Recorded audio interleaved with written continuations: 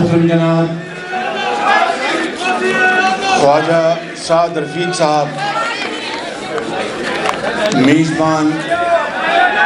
خواجہ رفیق شہید سیمینار، محترم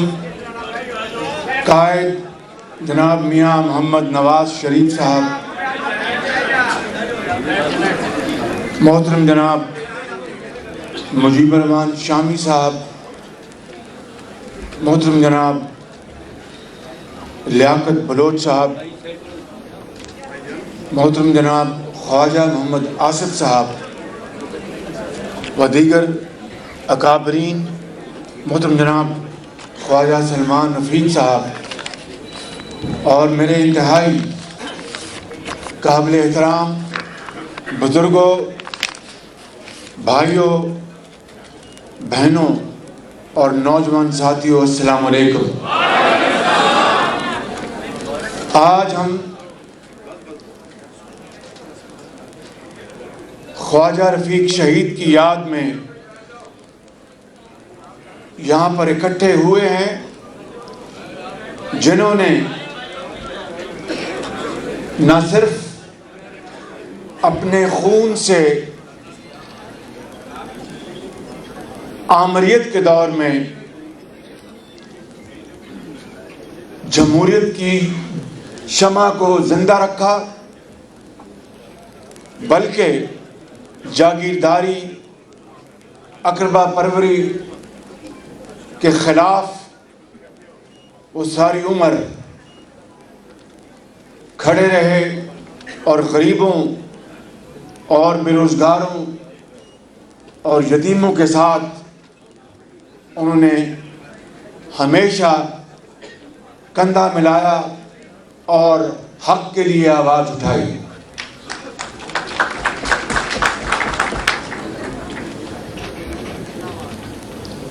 ان کے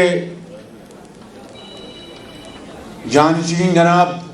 خواجہ سعد رفیق صاحب اور سلمان رفیق صاحب آج انہی کے نقش قدم پر چلنے کی بھرپور کوشش کر رہے ہیں، اور چاہے حکومت ہو یا پھر ابتلا کا زمانہ، یہ دونوں بھائی اپنے نظریے پر قائم رہ کر اپنی پارٹی کے ساتھ، پارٹی کی قیادت کے ساتھ ساتھیوں، ورکروں کو ساتھ لے کر وہ اس جدوجہد میں ہمیشہ شریک رہے، اور ایک بار پھر انہوں نے جیل بھی کاٹی، سختیاں بھی برداشت کی، لیکن اپنی جگہ سے ٹس سے مس نہیں ہوئے۔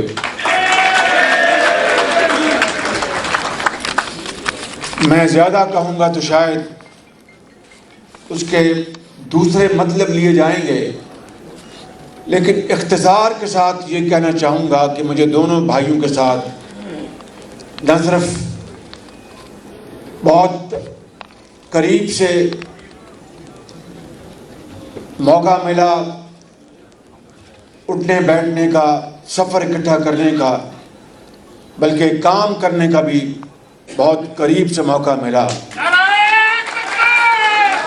میں ایک مثال دے کر بات کو آگے بڑھاؤں گا کہ جب پاکستان میں بجلی کے حوالے سے اندھیروں نے یہاں پر بسیرا کر رکھا تھا،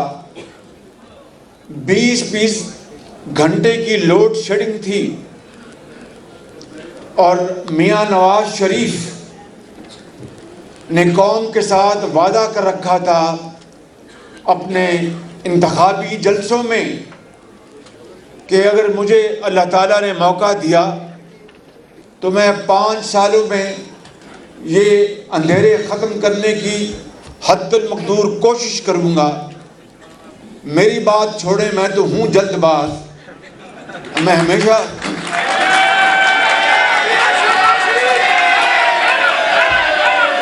میں ہمیشہ جلد بازی میں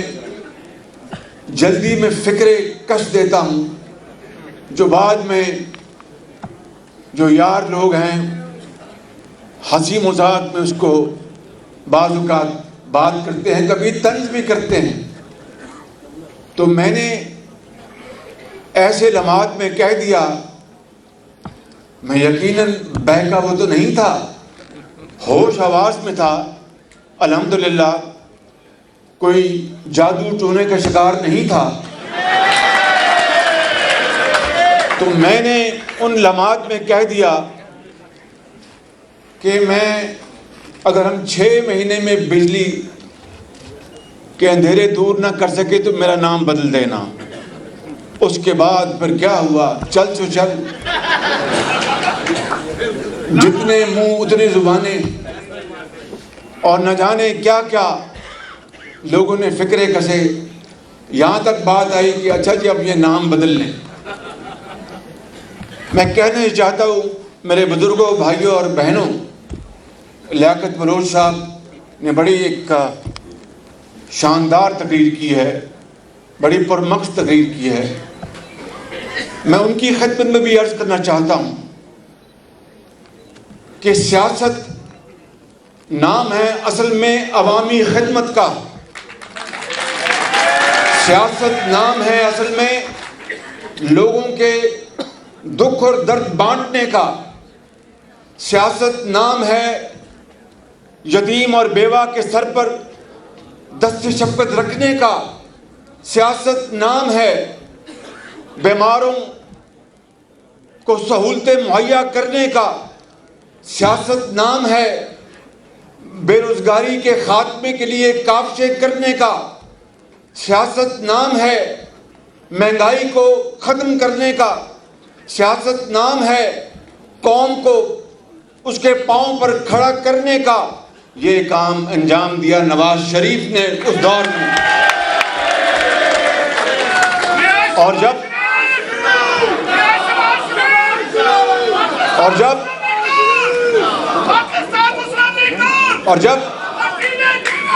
ابھائی ذرا مہربانی،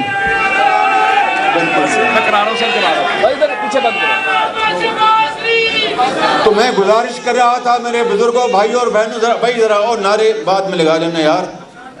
نعرے ابھی الیکشن کا وقت آنے والا ہے، ان کو بھگانے کا وقت آنے والا ہے، تو نعرے لگائیں گے۔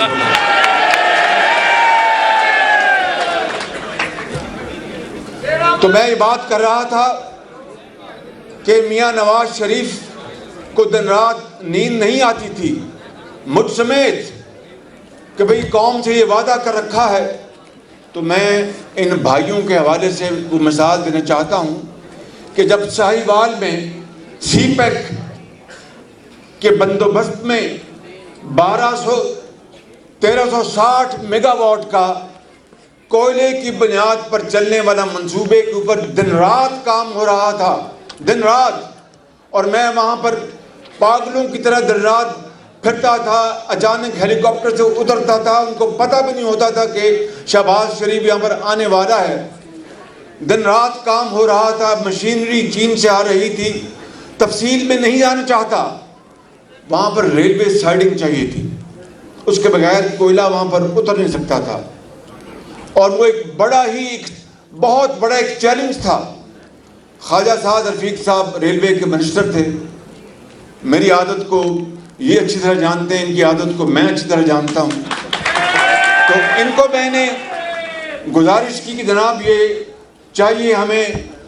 ریلوے کی سائڈنگ، تو یہ ماشاءاللہ بہت ذہین اور فتین آدمی ہیں، ان کا جناب میاں صاحب بالکل ٹھیک ہے، مگر پیسے ڈھیلے کرو نا، پیسے ریلوے کو پیسے چاہیے۔ میں نے کہا خواجہ صاحب پیسے تو آپ نے لگانے ہیں، کہنے نہیں یہ تو آپ لگائیں گے اپنا، یہ ہمارا کام نہیں ہے۔ بہرحال پیسوں کا سارا بات ہو گئی، مگر اس میں بہت وقت چاہیے تھا، بڑی محنت چاہیے تھی، اور اس کے بغیر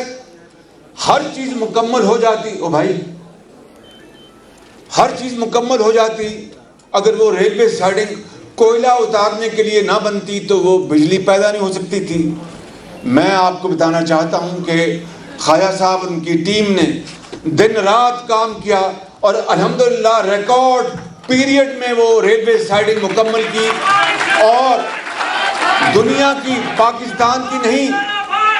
پاکستان میں نہیں، دنیا کی تاریخ میں یہ چین کا یہ منصوبہ اتنی کم مدت میں دنیا کے کسی کونے میں مکمل نہیں ہوا جو سائیوال میں نواز شریف کی قیادت میں الحمدللہ ان کی ٹیم نے مکمل کر کے دیا۔ اور اگر خواجہ سلمان رفیق کی بات کی جائے تو وہ تو فقیر منش آدمی ہے، بالکل نہ ٹیلی ویژن سے غرض، نہ فوٹو سے غرض، نہ کسی اور چیز سے غرض۔ دن رات یہ شخص دکھی انسانیت کے غم میں تڑپتا ہے اور دن رات ان کے لیے کام کرتا ہے۔ مجھے افسوس تو اس بات کا ہے کہ دونوں بھائی بے گناہ جیل میں پہنچے، مگر خواجہ سلمان رفیق تو سوچتا ہوگا کہ میں کس پاداش میں یہاں پر پہنچ گیا ہوں۔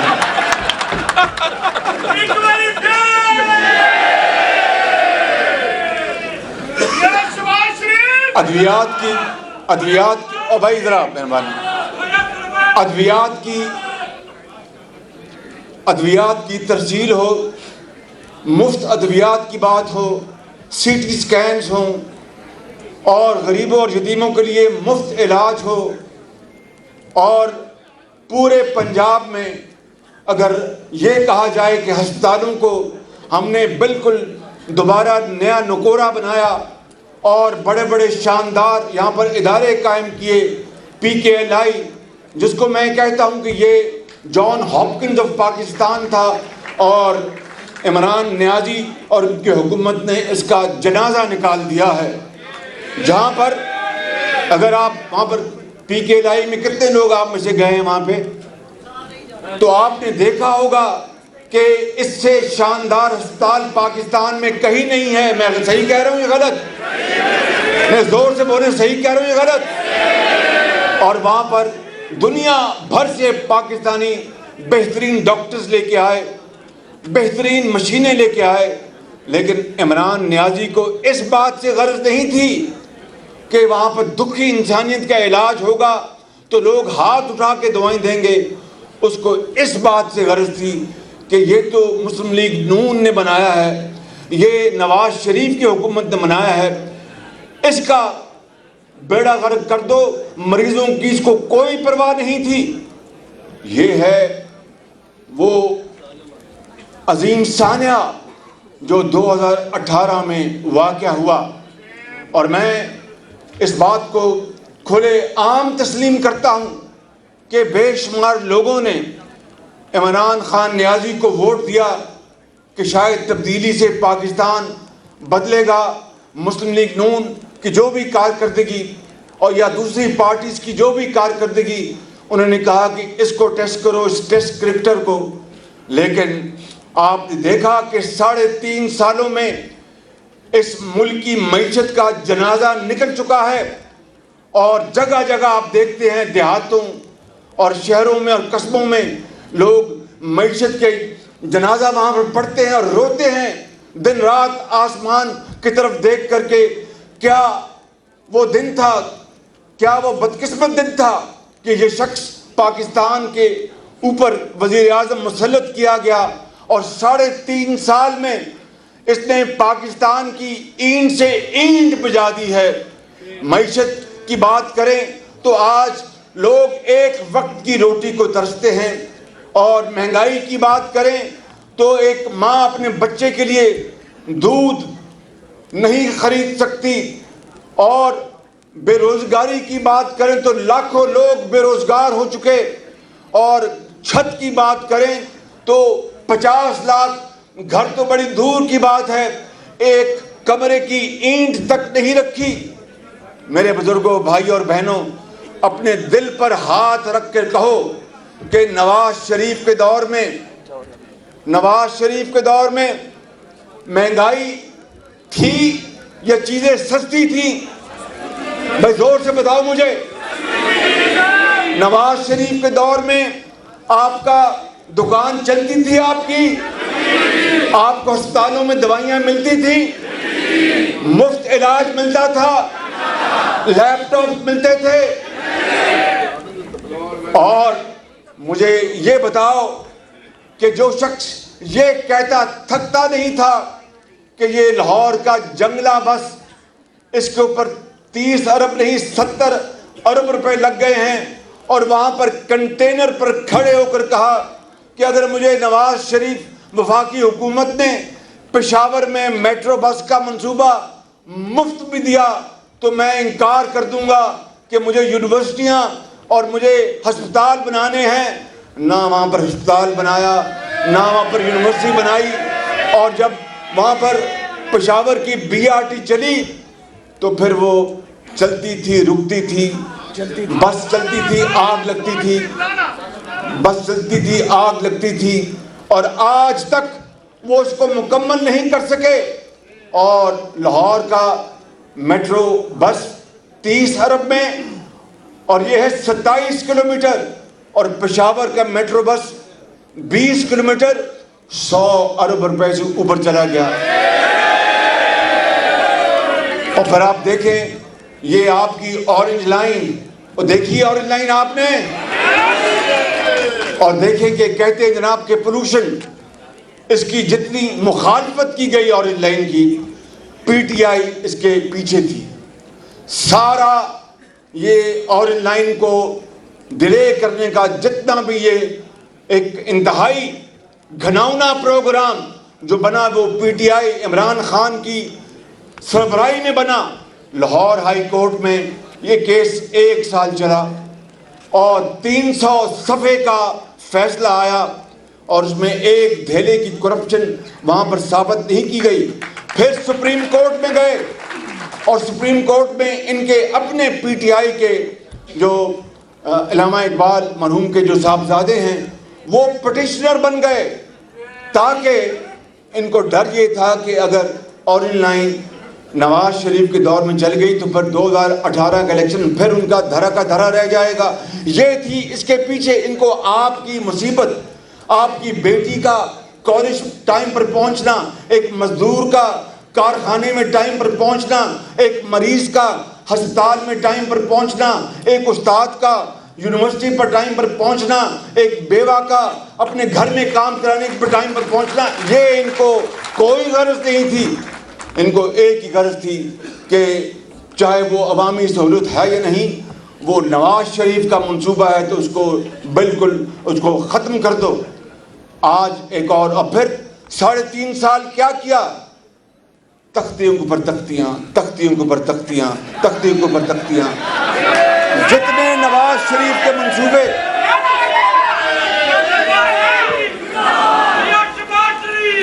جتنے نواز شریف کے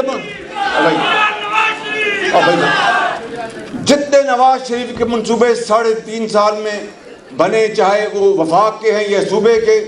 اس کے اوپر دن رات عمران خان نے آج تختیاں لگا رہے. بھئی اگر آپ کو تختیاں لگانے کا اتنا شوق تھا تو ہمیں بتا دیتے، ہم آپ کو تختیاں لگانے پر مأمور کر دیتے. اور آج نالج پارک پر جا رہے افتتاح کرنے. یہ وہ نالج پارک ہے جو میں نے اس خطاکار نے 2014 میں اس کا سنگ بنیاد رکھا تھا، اور پھر پہلی یونیورسٹی اٹلی کی یونیورسٹی کے تعاون سے ہم نے اس کا معاہدہ کیا. اور یہ جو ہماری جو یونیورسٹی ہے انفارمیشن ٹیکنالوجی فیروزپور روڈ پر، اس کو ہم وہاں پر شفٹ کر رہے تھے. آج خان صاحب کو KPK میں بری طرح شکست کے بعد خیال آیا کہ میں جا کے ایک اور تختی لگاؤں. تختیوں سے بات نہیں بنے گی، آپ کا دھڑن تختہ انشاءاللہ ہونے والا ہے. آپ کا بالکل آپ کا دھڑن تختہ ہونے والا ہے. آپ نے پاکستان کے ساتھ جو ظلم کیا ہے اللہ تعالیٰ اس کا حساب ضرور لے گا. آپ نے غریب آدمی، ایک بیوہ اور یتیم اور ایک طالب علم استاد جس نے دل کے ساتھ آپ کو ووٹ دیے، ووٹ کے علاوہ جس طرح آپ کو دھکا دے کر اوپر لایا گیا، یہ تو پوری قوم جانتی ہے، دنیا جانتی ہے. لیکن جنہوں نے آپ کو ووٹ دیے ان کو بھی آپ نے جس طرح خوار کیا اور جس طرح برباد کیا، 74 سال میں اس طرح کا دلخراش منظرنامہ کبھی کسی نے نہیں دیکھا. اور میں آپ کو آج یہ بتانے آیا ہوں میرے بزرگوں، بھائی اور بہنوں، کہ اب وقت آ گیا ہے کہ ان کا گریبان ہو اور آپ کا اور ہمارا ہاتھ ہو۔ انہوں نے آج پھر منی بجٹ لانا چاہتے ہیں، آئی ایم ایف کے ہاتھوں پاکستان کو انہوں نے گروی رکھ دیا ہے، اور حضرت قائد اعظم اور ان لاکھوں مسلمانوں شہیدوں کی روحیں قبروں میں تڑپ رہی ہوں گی کہ 74 سال بعد یا اللہ یہ کون عمران خان پاکستان پر مسلط ہو گیا ہے کہ بجلی وافر ہونے کے باوجود بجلی پھر آتی اور جاتی ہے۔ 74 سال بعد یہ کون سا حکمران مسلط ہو گیا ہے کہ گیس اسٹیشن کراچی میں نواز شریف نے لگا دیے، سستی گیس کے معاہدے کیے، آج سردیاں آ رہی ہیں، چولہا جو ہے وہ ٹھنڈا پڑا ہوا ہے، گیس اویلیبل نہیں ہے، اور کہتے ہیں کہ صبح اور دوپہر کو کھانے کے وقت گیس مہیا کریں گے، اور وہ بھی گیس نہیں، اور جتنی مہنگی گیس انہوں نے خریدی ہے اربوں کھربوں اس کے اوپر لگ گئے۔ یہ اتنے بڑے سکینڈل ہوں، چاہے چاول کا ہے، چاہے گندم کا ہے، چاہے شوگر کا ہے، چاہے گیس کا ہے، چاہے ادویات کا ہے، چاہے معلوم جبہ ہے، یہ کہاں ہے نیب؟ اس لیے میں نے 3.5 سال پہلے کہا تھا کہ نیب نیازی گٹھ جوڑ ہے،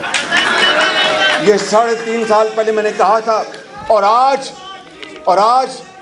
میں اللہ تعالیٰ سے انتہائی انکساری اور ڈر کے ساتھ اور خوف کے ساتھ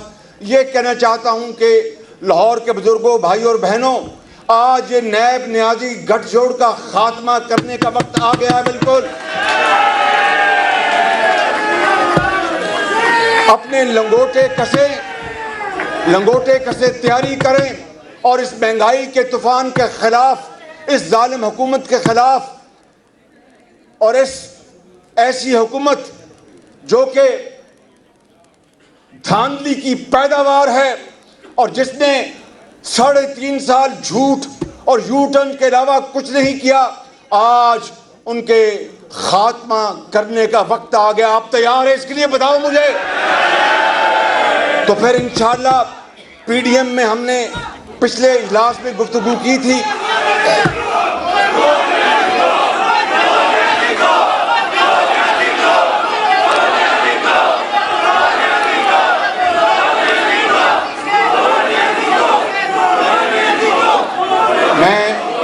آخری بات آپ سے کرنا چاہتا ہوں،